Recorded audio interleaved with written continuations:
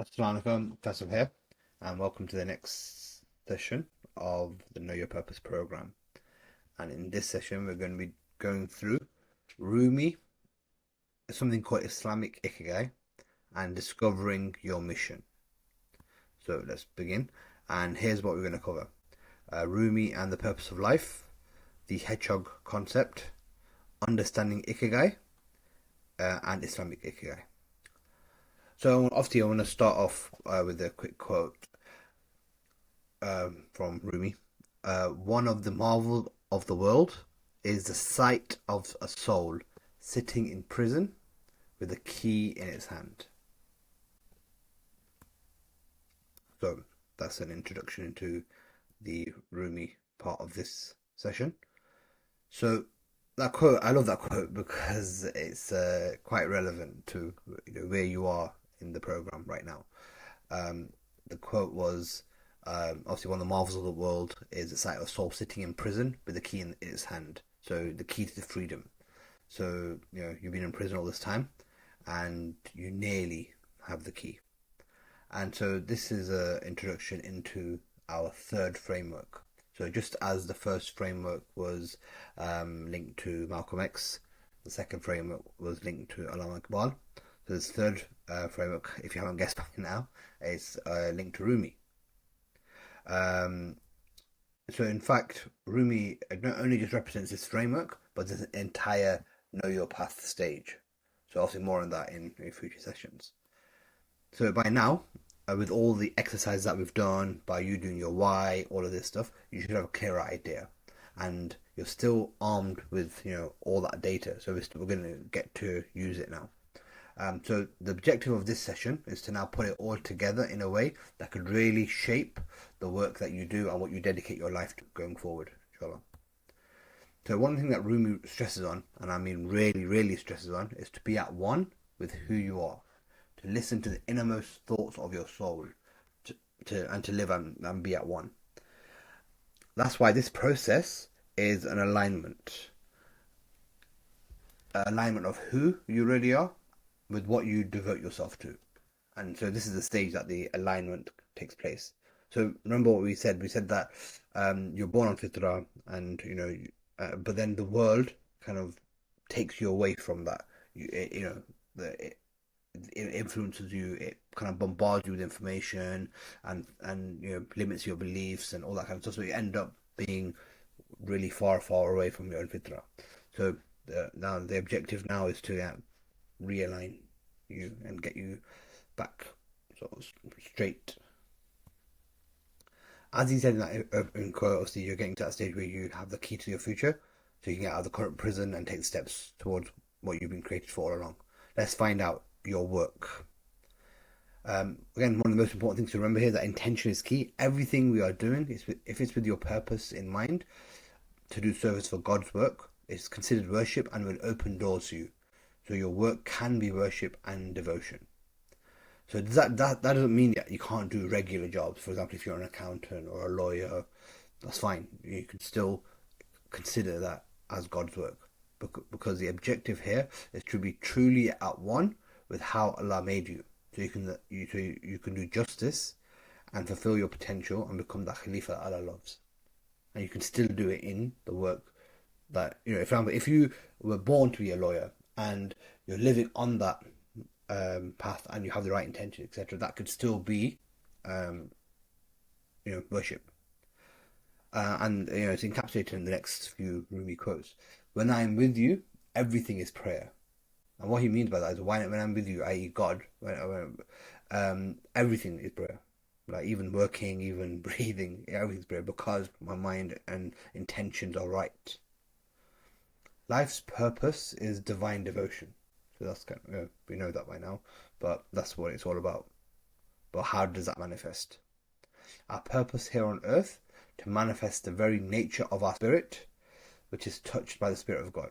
So again, to ensure that our spirit, how Allah created, is manifested and it's come out, it actually reaches its potential, and obviously it's touched by the Spirit of God. So it's on the right path. So important quotes from Rumi to bear in mind as we kind of go into this section. So, as I mentioned, he stresses upon being completely true to who you are and aligning yourself completely. So, for example, the very center of your heart is where life begins, the most beautiful place on earth. When you feel a peaceful joy, that's when you are near truth. Your heart knows the way. Run in that direction. So again, intuition, understanding yourself, be at one, be aligned. That which is false troubles the heart, but truth brings joyous tranquility. So I always love that because um, we don't often think about that. We think, oh, where does peace come from? Oh, peace comes from, oh, I'm just relaxing, but actually, it's being aligned. And it's it's tranquility. But whereas the reason why we feel, crisis or um, you know we feel a midlife crisis or existential crisis, or not even that. Even if we just feel restless, often it's deeper than just, oh, I had a bad day at work today. When you do things from your soul, you feel a river moving in you, a joy. So again, joy is something that is very underrated. We don't. Again, this world is very cynical sometimes, but why shouldn't we experience joy? Just because the world doesn't want that for us, that's what Allah wants from us. He knows that that's how we operate. That's how we do our best work. So we should need to seek that out. Whatever lifts the corners of your mouth, trust that. Again, to whatever makes you smile. Get yourself out of the way and let joy have more space. So again, joy, joy, joy. It's focusing on you. Stop overthinking, and again, trust your gut. Let what you let what you love be what you do, and drive more. So another thing that he stresses upon is going. It's all about going all in. Your chosen path is your service, your purpose, which should energize you and absorb you. There is a force within you that gives you life. Seek that. So again, this purpose, this work that you choose, it should energize you and give you life. It shouldn't feel tiring. Beg of God the removal of envy, so that God may deliver you from externals and bestow upon you an inward occupation which will absorb you so that your attention is not drawn away. So again, what he's saying, get rid of looking at others. Don't worry about others. And focus on your inward occupation, again, your soul's occupation, your purpose, which will absorb you and fully. So then you don't focus on anything else but that. It's all about leaving a legacy. When the light returns to its source, it takes nothing of what is illuminated. So when our end times comes, obviously we'll have hopefully illuminated the world, or our community, or even our families. So that's the objective. Don't be satisfied with stories, how things have gone with others. Unfold your own myth. Right. Forget the haters. Do what you got to do, no matter what others do or say. So ignore those that make you feel fearful and sad, and that degrade you back towards disease and death. Forget safety. Live where you fear to live. Destroy your reputation. Be notorious. I actually love that. Destroy your reputation. It's actually something, especially in the West, we care so much about that it prevents us from actually doing what we should be doing. Because, oh no, what would people say? What would people say? Forget your reputation. Be notorious. Do what you need to do. Forget safety, because that's what's holding you back. That's what's limiting you. I'm neither of the East nor of the West. No boundaries exist within our breasts. So again, it's having that fearlessness that nothing's holding you back. I want to sing like the birds sing, not worrying about who hears or what they think. Again, very good. So there's two more quotes I want to share before we get into it. So you have learned a trade in order to earn a living, to satisfy the needs of your body. Now focus on learning your spiritual trade so that you can look after the needs of your soul. Here in the world, you have become rich and wear expensive clothes. When you leave this world, how will you fare? Devote yourself to that spiritual work whose wages are God's forgiveness in the world beyond. It is a city full of barter and wage, but do not imagine that your earnings here will be sufficient. God has said they are child's play compared to the earnings in the next world. It is the same when children play at setting up shop. Their goods and play money are only of use in their game. They are of no value in the real world. This world is like a playground, and death is night, when you return home with an empty purse, tired out. The wages of religion are love, inner rapture, and nearness to God. So I paused there for a second just to let that sink in, because it's so deep, it's so powerful what he's saying here, which is the nature of this work that we do. Because again, this is how we should be thinking, that this is the work we're doing with God, and Allah will give it the best reward. And so, what it means is that it doesn't mean that we shouldn't seek riches, right? Because we have to earn a living, we can monetize everything that we do. Just know that whatever we choose to do and however we choose to monetize, etc., it will be nothing compared to how much Allah rewards us. And so this should motivate us, this should drive us, this should make us even more kind of driven to do this kind of work for the right reasons and all that stuff. So I just want to share that quote with you. And then another one, similar. So human beings come to this world to do particular work. That work is the purpose, and each is specific to the person.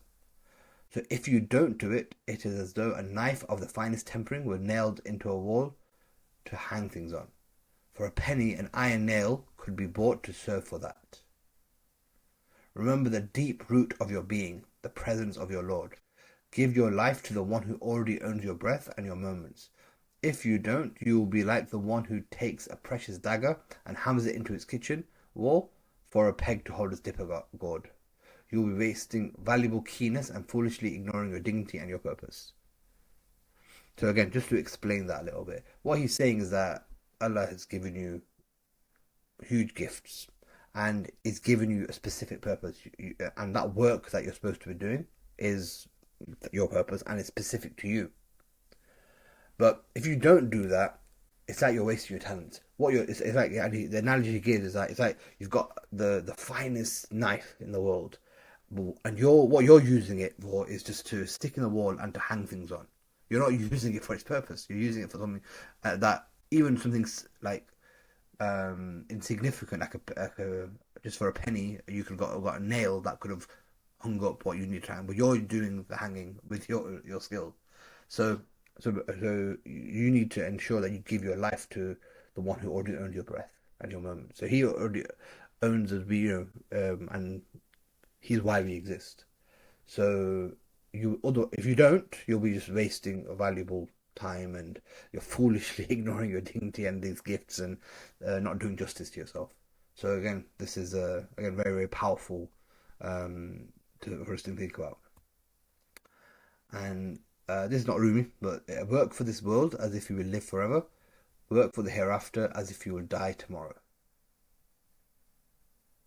Cool. So that's going to now what the hedgehog concept is. So obviously there's a few concepts I want to introduce you to before we go through our framework. So Jim Collins wrote a classic book. It's called Good to Great, where he studied the top 100 businesses and he differentiated what separated good businesses from great ones. So one of the ideas within that was called the hedgehog concept.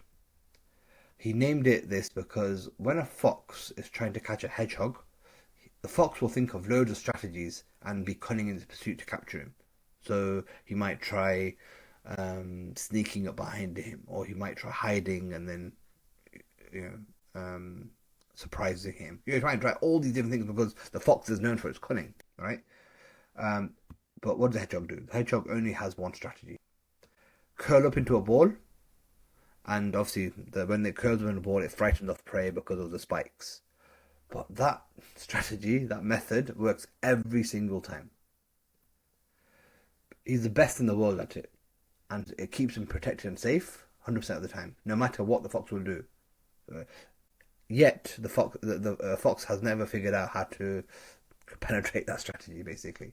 So it's something that always works. So what is the hedgehog concept? Basically, it's the Venn diagram where we're trying to find the counterpoint between what are you deeply passionate about. So what do you enjoy more than anything? What can you be the best in the world at? Which is this is your unique skill. And what drives your economic engine? How do you monetize it?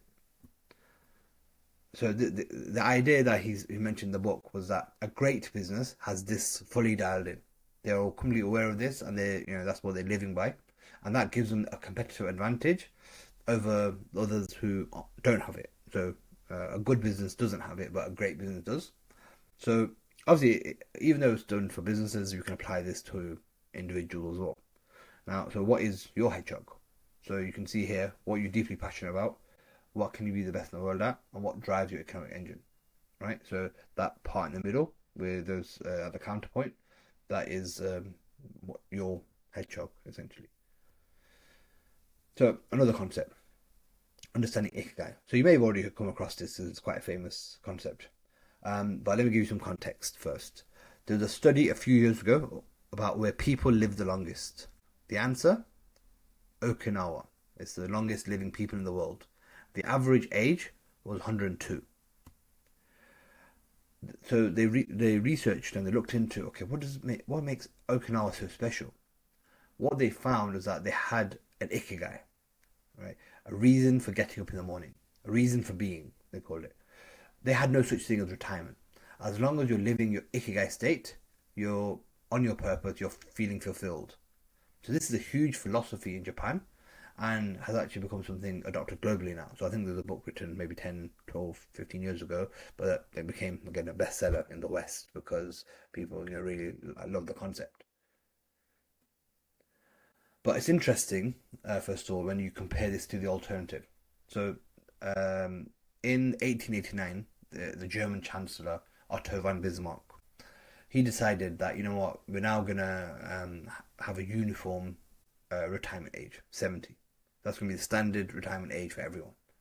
It didn't exist before that. Before, people just worked until they couldn't work anymore. And often, obviously, at that time, they were mostly working as farmers and things like that. But they just worked until they were too old to. Um, and so what he did was he made this like a universal rule, right? So now we're only going to you're only going to do it work until 70. 27 years later, and then to 1918 or 1917, something like that, he actually changed to 65. And this actually was then adopted across not just Europe, but the US as well. And so it became a universal thing, like globally. And but the truth of it is that it wasn't done with, oh yeah, we need to think about our old people, and it wasn't just with um sort of that magnanimous thing in mind. It was commercial decision, as with anything. It was a commercial decision because it was older workers are taking more sick days, and they're not as sharp as younger workers, and we haven't got as much space and all this stuff. So it's just like freeing up their resources so that they've got better, younger, faster workers, right? So the older ones who are showing signs of aging, they were sort of saying, oh, you know what, it's time for you to like retire and let someone else take your place. And so again, it was heavily encouraged and incentivized to take retirement. But what this has actually done is actually it's killed people's spirit, because once they stop working, they actually feel useless. Oh well, what do I do now? Right. So people, often people feel lost, and they've had colleagues and they had friends from their work, and it just gives them a reason for getting up in the morning. But what retirement did for them was just to kill their spirit. What keeps the mind young and the body going is a purpose. By killing their purpose, they kill the human. Michelangelo, for example, he painted his best work after the age of 80. Some of the best scholars write their best books in their twilight years when they've got all that experience. But now we have the 30 to 40-year-olds without the will to live. So what's even more interesting about all of this is how hard they had to work to push this through, because it was resisted for so long. We don't hear about this. We don't know about this, right? But this was the case because it goes against, again, human fitra. We want to continue to be useful. We want to serve. Remember, but even as late as 1951, the issue was still so intense that they had to hold a round table, like a conference, trying to popularize what's all the ways we can popularize retirement.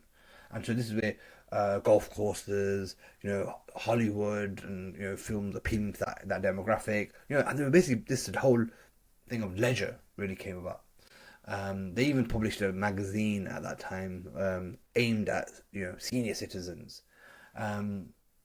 which again had never been discussed before. It was never a separate demographic. So Wright in 1955 said, Americans don't have the ability to appreciate doing nothing. And that's not just America, it would be the case across the board, right? So the term senior citizen was also invented at this time.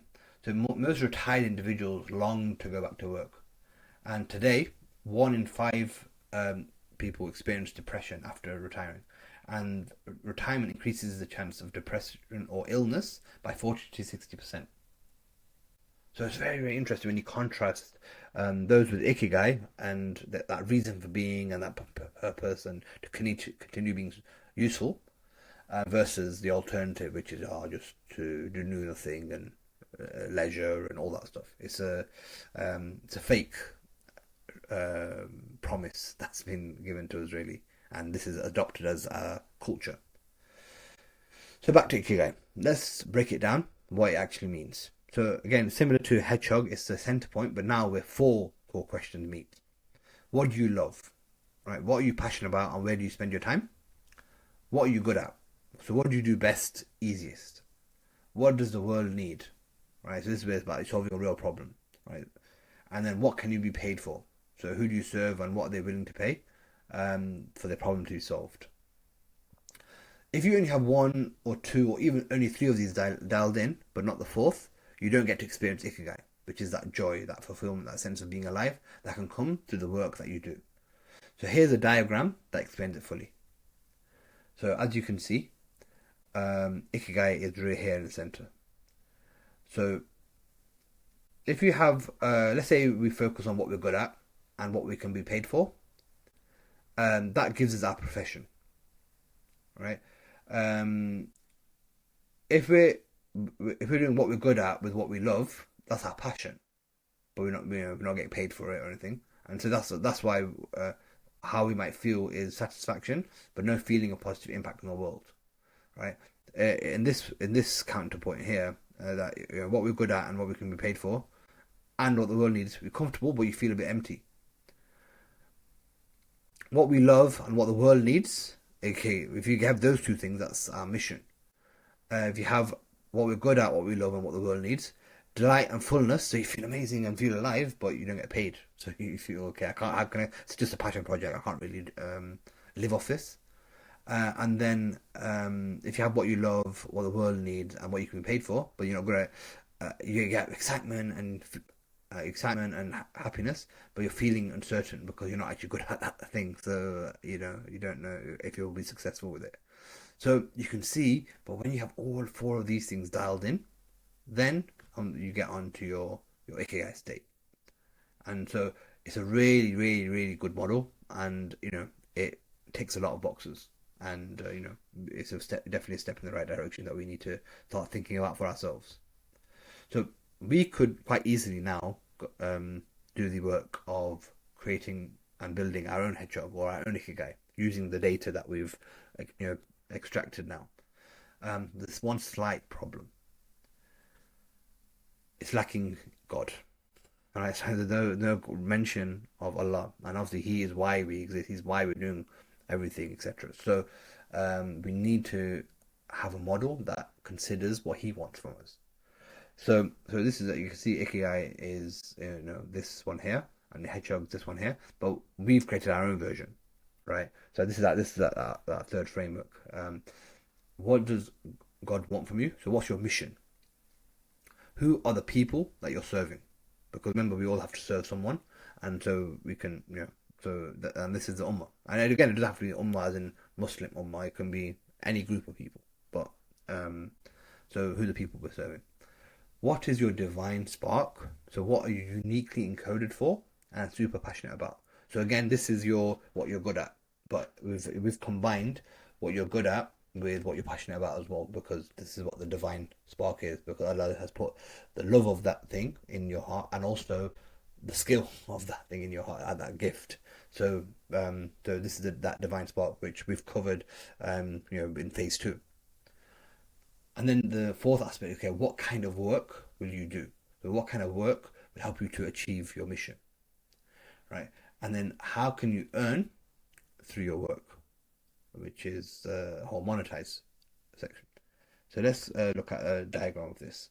So the and what you can see, it's actually the way it's actually spells Muslim, Muslim. Okay, there's no I in it, but you get the point, near enough. So anyway, so mission. So why do you think God has placed you on this earth? What is your mission? Basically, this is to where you get this from. Essentially, is your why, and a lot of the things that would have come out of those exercises that we did. So your why is your strongest sense of mission. Which people or group are you here to serve and you most want to help? So this is where we need to think about who are we actually wanting to help, because you can't set out to try and help the world. If you're trying to help everyone, you're helping no one. So we have to be very specific in the group of people that we're here to help and serve. Again, your spark, we should know what this is by now. What is your divine spark? And then we can then start now brainstorming around, okay, so now we've got an understanding of our nation. And as soon as you start getting clear on people you want to serve, and you know what you're good at, then you can now start thinking about, okay, what's the work I can do to help solve this problem for this group of people, and that's aligned to our mission. And so once we can brainstorm the labor part of it, then we can start thinking, okay, right, now how can we charge for this? How can we get paid for this in a way that allows you to do this as your main thing? So this is how it all works. Now, what's really interesting is that it might be that, and this doesn't mean that, for example, you are you have to set up your own organization or your own company or this and that. You can contribute to someone else doing this stuff. So, for example, if there's already an organization out there with the same mission that you've got, or similar sort of mission you've got, and they're serving the same set of people, you know where you can go and add value. So you can just join that mission, because you know that, okay, this is the kind of work that really, I really believe in what they're doing, because it's aligned to what I'm doing, and but this is how I can add most value. This is the labor I can do, and obviously I can get paid for it, etc. So there's different ways of this doing this. I mean, what's interesting is everyone can do this for themselves and come out with a different answer. The reason they'll come out with a different answer often is because everyone's spark is different. And so, to give you an example, even myself and my colleague within No, Sister Sabrine, right?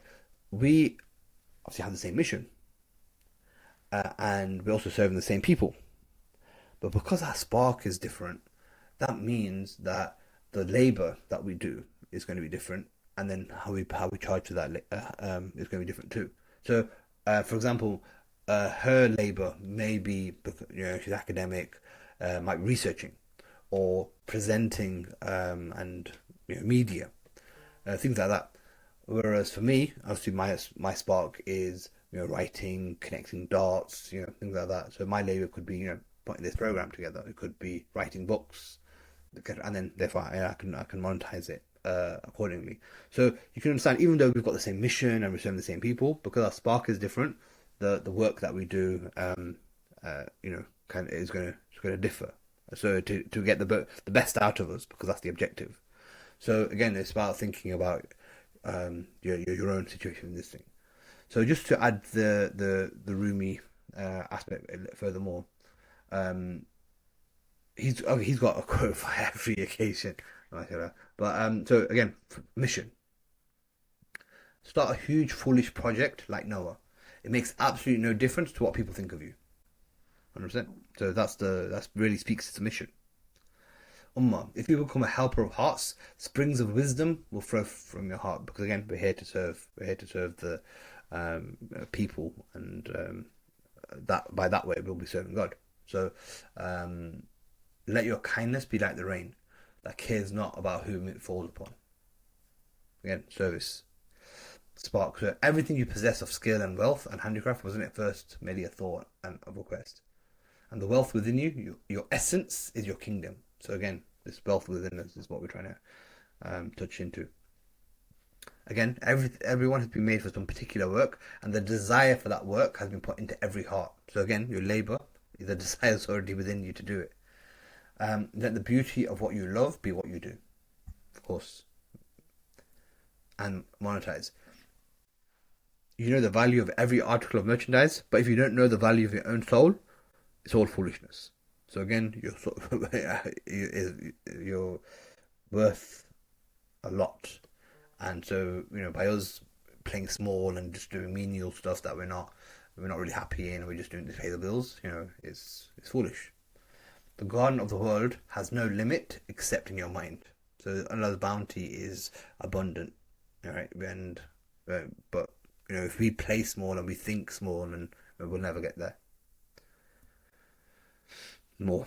So again, mission again. You are not one, you are 1,000, just like your lantern. So again, this is how you punch above your weight. This is how, because you need to just keep doing what you need to do. Sorry, this quote is actually bigger. You are not one, you are 1,000, just like your lantern.